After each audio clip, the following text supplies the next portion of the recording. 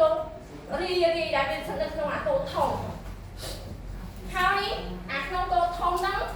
នៅកន្លែងនេះជាលក្ខណៈពិសេសគឺ mind block ពេលដែលលោកគ្រូអ្នកគ្រូចូលទៅដល់គឺវាអត់មានអីទាំងអស់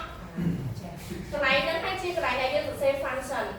ហើយបើសិនបើយើងចង់សរសេរ function នៅកន្លែងហ្នឹងលោកគ្រូអ្នកគ្រូយកវាមកដាក់នៅកន្លែងនេះមកហើយយកអាកូដ8 9ទៀតចូលមកដាក់ក្នុងហ្នឹង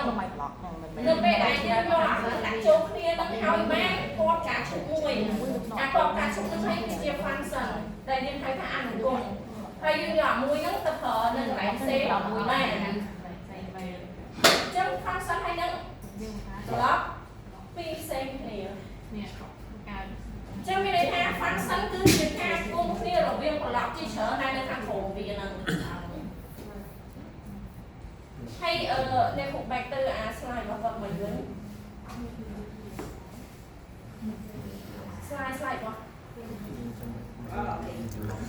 group 4 back to group 4 presentation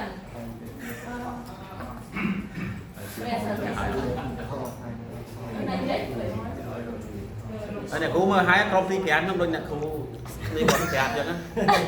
ហើយខ្ញុំអត់និយាយច្រើនខ្ញុំដល់គាត់ប្រាប់ទេហើយហ្នឹងហើយណាក្រុមទី5ហ្នឹងតំណាងក្រុមទី5នៅកន្លែងនេះនៅពេលដែលយើងបង្កើត function នេះបាននេះអា function របស់យើងហ្នឹង function យើងមានតែមួយហ្នឹងឯងប៉ុន្តែសូមមានអីខាងក្រោមមានប្លុកកូដទាំងអស់មានប្រកបប្លុកកូដទាំងអស់ហ្នឹងគុំចូលគ្នាបានអានេះមួយហើយអាមួយនេះយើងយកវាមកប្រើនៅកន្លែងនេះដើម្បីដាក់ហើយអាមួយហ្នឹងហើយដែលគេហៅថាអនុគមអនុសម្រាប់យល់អូខេអញ្ចឹងmìnhយល់ហើយគាត់បកស្រាយនេះចែកផ្សេងតិចបកស្រាយនិយាយទៅចឹងអស់នេះឲ្យទៅបើបកច្បាស់អ្នកគ្រូអត់ឡើងហើយ អូខេអញ្ចឹងលោកគ្រូfunction block ហើយនឹង variable ច្បាស់ហើយទេច្បាស់ចែកប៉ុន្តែបើបានលម្អិតយ៉ាងទៀតខ្ញុំហៅថាច្បាស់រៀងយល់បន្តិច មានន័យថាជារបស់មួយដែលយើងតំណាងហើយអាចយកផ្សេងយកមកដាក់ក្នុងនឹងបានឥឡូវឧទាហរណ៍ខ្ញុំខ្លួនខ្ញុំតោះខ្ញុំនៅបាក់ខាងឯខ្វះបូខ្ញុំដាក់បូបានអត់បាទយ៉ាយកបូមកថែមបានអញ្ចឹងអាខ្ញុំយកបូមកថែមហ្នឹងខ្ញុំដើរទៅណាខ្ញុំមានបូនៅលើក្បាលខ្ញុំនឹងដែរខ្វះលោកគ្រូខ្ញុំទៅដល់ផ្ទះខ្ញុំមានបូនៅលើមកទៅបាញ់យើងទៅយកអញ្ចឹងតែវាបានទេបានហើយរត់ទៅគ្រូយកសួរថាប្រែបូយើងអាចបន្ថែមបន្ថយបានអត់បាទប្រែប្រួលយ៉ាវាប្រែប្រួលទៅតាមការដាក់របស់យើងមកទៅលោកគ្រូបាច់ចាំនោះវាមានថាបើយើងចង់បង្កើត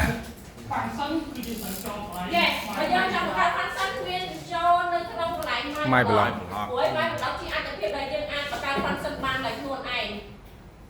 តែត្រូវយកពីណាត្រូវយកពីអំបី motion look sound event control sensing operator ហើយនឹង variable ហើយមួយហ្នឹងមានន័យថាម៉េចហើយនៅក្នុងនោះមានន័យថាម៉េចខ្ញុំមានសម្រាយវាអាហ្នឹងដាក់អស់មកគ្រូតែអត់ស្អាតទេដែលសារអូខ្ញុំអត់ចង់បានធម្មជាតិអូយចង់បានធម្មជាតិចឹងថ្ងៃហ្នឹងបីហ្នឹងច្បាស់ទៅណាប្លុកប្រែបោ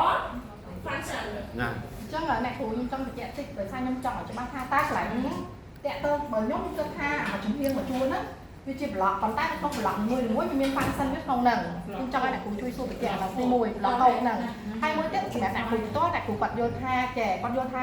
function គឺមានតែមួយចំណុចទេនៅក្នុងឈ្មោះនេះណាមិនមែននៅក្នុង my blog យើងចាំតែ my blog មួយអញ្ចឹងមានន័យថា function ស្ថិតតែនៅក្នុងអាកន្លែង blog មួយដែលមានឈ្មោះថា my blog ហ្នឹងឯងហ្នឹងគឺមានន័យថាអញ្ចឹងមែនខ្ញុំចង់ឲ្យអ្នកគ្រូជួយ clarify ឡើងហ្នឹងឲ្យច្បាស់តើទាំងអស់នោះឬមិនក៏យ៉ាងម៉េចអូ my function នេះចេញពីកន្លែង my blog ចាយើងមកយើងកាត់បងប្អូនយើងកាត់ប្លុកហើយបានដាក់ function ចូលស្អីកន្លែងញ៉ៃៗកាត់ប្លុកអើយ